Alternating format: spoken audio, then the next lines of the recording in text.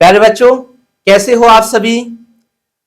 आशा करता हूं आप सभी जो है बिल्कुल स्वस्थ होंगे, मस्त होंगे, चकाचक होंगे।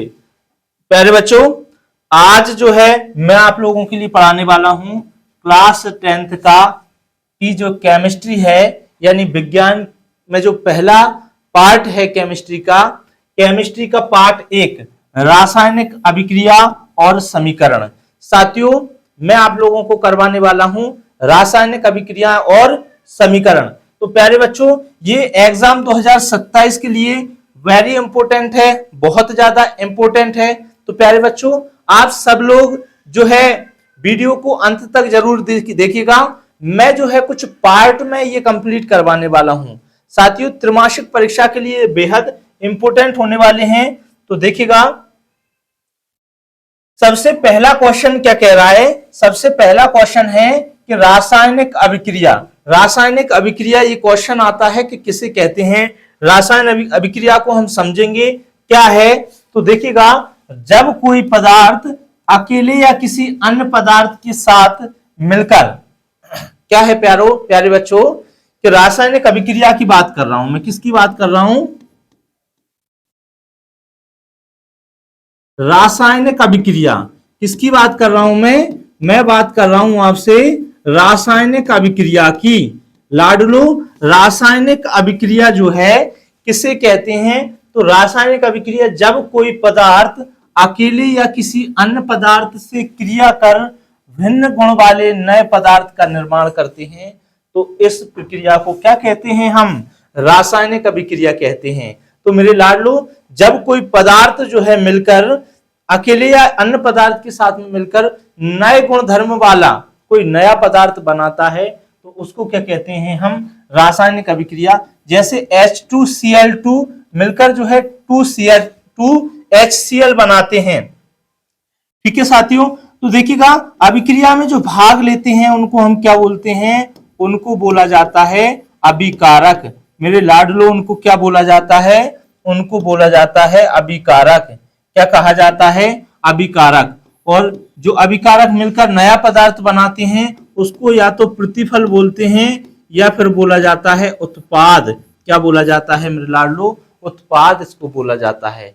तो साथियों, ये बेहद इंपॉर्टेंट क्वेश्चन है 2027 के लिए। अब अगला क्वेश्चन देखिएगा, अभिकारक और जो प्रतिफल को क्या बोला जाता है? प्रतिफल को बोला जाता है उत्पाद। यहां पे लिख लीजिए उत्पाद। ओके, चलिए, अभिकारक, ठीक है, वे पदार्थ जो रासायनिक अभिक्रिया में भाग लेता है उसे क्या बोलते हैं? अभिकारक। साथियों, जो रासायनिक अभिक्रिया में भाग लेते हैं, जैसे मान के चलो ये कार्बन है और ये ऑक्सीजन है। ठीक है, कार्बन और ऑक्सीजन जब मिलकर इन्होंने CO2 का निर्माण किया। ठीक है, तो इसमें कार्बन और ऑक्सीजन क्या हो जाएंगे? कार्बन और ऑक्सीजन जो है मेरे लाडलो हो जाएंगे अभिकारक। क्या हो जाएंगे? अभिकारक। ओके, और ये CO2 बना है, ये क्या बना है? ये उत्पाद बना है। क्या बना है? उत्पाद। मेरे लाडलो, क्या बनेगा? उत्पाद बनेगा। ओके, चलिए, इसके बाद बात करता हूं मैं प्रतिफल की। प्रतिफल को हम क्या बोलते हैं? हम बोलते हैं उत्पाद। प्रतिफल को क्या बोला जाता है? उत्पाद भी बोला जाता है। तो वे पदार्थ जो रासायनिक अभिक्रिया में भाग लेकर भिन्न नए पदार्थ का निर्माण करते हैं, उस नए पदार्थ को क्या बोलते हैं? हम प्रतिफल बोलते हैं। जैसे इस अभिक्रिया में 2HCl प्रतिफल का कार्य करती है।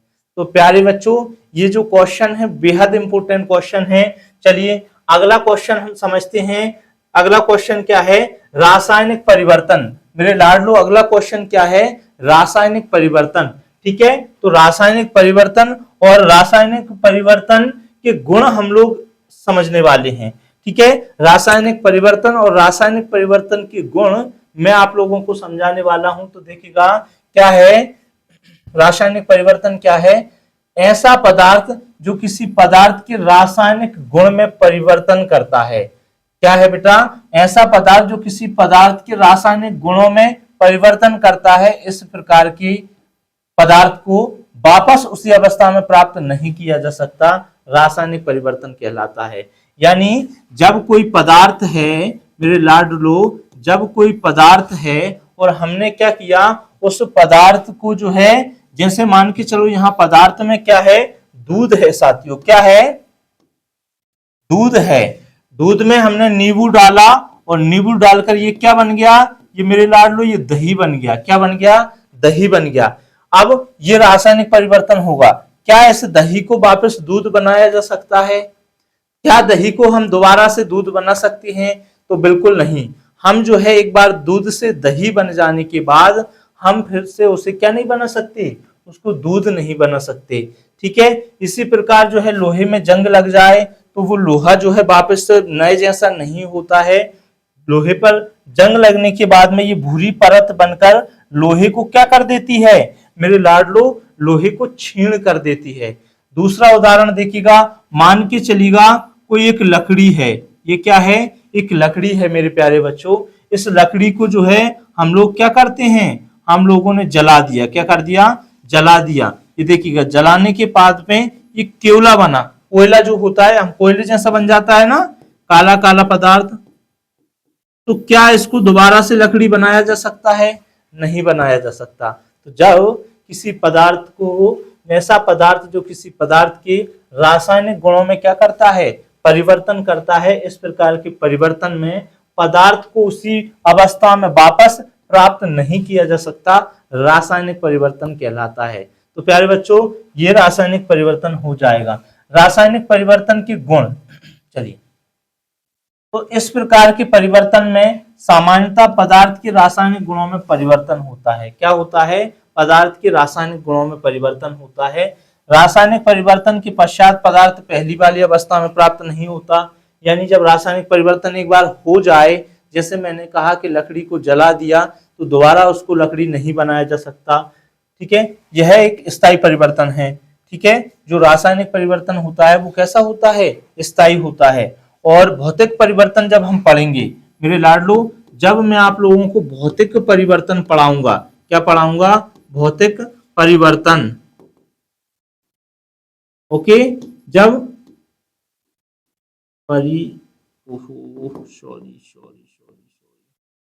परिवर्तन, जब मैं आप लोगों को भौतिक परिवर्तन पढ़ाऊंगा तो भौतिक परिवर्तन में क्या होता है, अवस्था बदलने के पश्चात पुनः उसी अवस्था में आ जाता है। मैं विस्तार से समझाऊंगा।